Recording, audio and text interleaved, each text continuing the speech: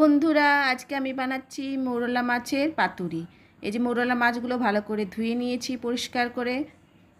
এরপর আমি এটাতে নুন আর হলুদ দিয়ে কিছুক্ষণ মাখিয়ে রেখে দেব।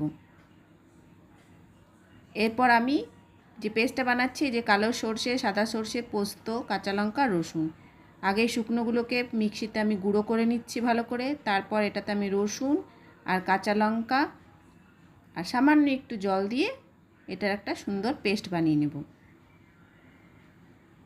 রসুন আর কাঁচা লঙ্কার গন্ধ কিন্তু খুব সুন্দর লাগে, এগুলো কিন্তু মিস করবেন না। পেস্ট বানিয়ে নিয়েছি। এই যে কলা পাতা নিয়ে নিয়েছি, যতটা পরিমাণ মাছ থাকবে সেই রকম হিসেবে আপনারা কলা পাতাটা নিয়ে নেবেন। আমি দুটো কলা পাতাতে ভালো করে তেলটা মাখিয়ে নিচ্ছি। এই যে ভালো করে মাখিয়ে নিচ্ছি। সোজা দিকটায় কলা পাতা, সোজা দিকটাতে তেলটা মাখাবেন। মাখিয়ে নিয়ে গ্যাসে একটু সেঁকে নিচ্ছি। এর ফলে কি হবে, পাতাটাতে যখন মাছটা দিয়ে মুড়বে তখন পাতাটা কিন্তু ছিঁড়ে যাবে না। এই যে মোরলা মাছ নুন হলুদ দিয়ে মাখা আছে, যে পেস্টটা বানিয়েছিলাম আমি ওটা দিয়ে দিলাম ওর উপর। এটা দিয়ে ভালো করে মাখিয়ে নিতে হবে। ভালো করে মাখিয়ে নিয়ে এর মধ্যে কাঁচা লঙ্কা দিয়ে দিল। দিয়ে দেওয়ার পর এগুলো আমি ভালো করে সুন্দর করে মেখে নিচ্ছি। মাখা হয়ে গেছে। এর মধ্যে এবার আমি দিয়ে দেব কাঁচা সর্ষের তেল। কাঁচা সর্ষের তেল দিয়ে দিলাম। এই যে একটু সামান্য নুন দিলাম। নুনটা আপনার আন্দাজ মতো দিয়ে দেবেন, নিজে নিজে যেমন যেমন নুন খাবেন সেরকমভাবে আন্দাজে নুনটা দেবেন। নুনটা দেওয়ার পর আমি এটাতে সর্ষের তেল দিয়ে দিচ্ছি, কাঁচা সর্ষের তেল। কাঁচা সর্ষের তেল পাতুরিতে কিন্তু খুব সুন্দর লাগে খেতে, গন্ধটা একটা আলাদা। দিয়ে দিলাম। এরপরে একটা ভালো করে আমি মেখে নিচ্ছি।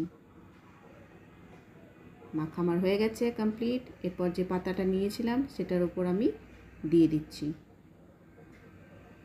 যতটা পাতাটার মধ্যে ধরবে ততটাই দেবেন, বেশি দিলে পাতাটা কিন্তু মোড়া যাবে না। তাই আন্দাজ করে পরিমাণ মতো আপনারা পাতার মধ্যে মাছগুলো দিয়ে দেবেন।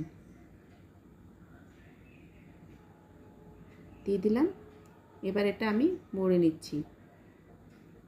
কাঁচা সর্ষের তেল উপর থেকে একটু দিয়ে দিলাম। কাঁচা লঙ্কা চেরা সেগুলো দিয়ে একটু সাজিয়ে দিলাম। দেখতেও সুন্দর লাগবে, খেতেও টেস্ট হবে। এবার এটা সুন্দর করে আমি ফোল্ড করে নেব। ফোল্ড করার সময় একটু সাহায্য নিয়ে নেবেন বাড়ির। যে ফোল্ড করে নিচ্ছি, কারণ এটাকে সুতো দিয়ে বাঁধতে হবে, সেজন্য আমি বলবো সবাই একটু সাহায্য নিয়ে নেবে, একা এটা হবে না। যেটা সুতো দিয়ে ভালো করে বেঁধে দিতে হবে।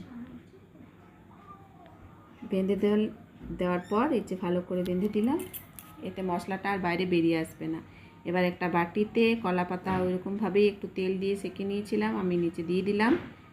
এর ওপর আমি যেগুলো বেঁধে রেখেছিলাম পাতুরিগুলো সেগুলো দিয়ে দিলাম বাটির ভেতরে। এবার আমার বাটিতে কিন্তু জল ফুটছে, স্ট্যান্ড দেওয়া আছে গ্যাসের ওপর। সেই স্ট্যান্ডের ভেতর আমি বাটিটাকে চাপিয়ে দিলাম, একটা ঢাকা দিয়ে দিলাম, টাইট ঢাকা। তারপর আমি বক্সে এর বাটিটা ঢাকা দিয়ে দিলাম। এবার আর এটা আমি 20 মিনিটের মতো রাখবো, তার মধ্যে আমার তৈরি হয়ে যাবে, রেডি। যে রেডি হয়ে গেছে। এবার তোমাদের সবাইকে নামিয়ে আমি দেখিয়ে দিচ্ছি এটা কেমন হয়েছে। এই যে আমি নামিয়ে নিচ্ছি। এটা গরম গরম খেতে কিন্তু ভীষণ ভালো লাগে। গরম ভাতের সাথে এটা খেয়ে দেখবেন কেমন লাগছে বলবেন। বাড়িতে কিন্তু নিশ্চয়ই বানাবেন, বানিয়ে বলবেন কেমন হয়েছে। এই যে খুলে আপনাদেরকে আমি দেখাচ্ছি। দেখতে তো সুন্দর লাগছেই, খেতেও টেস্টি। আপনারা বাড়িতে বানিয়ে খেয়ে দেখবেন, তারপর আমাকে কিন্তু কমেন্ট বক্সে জানাতে ভুলবেন না। ওকে, বাই।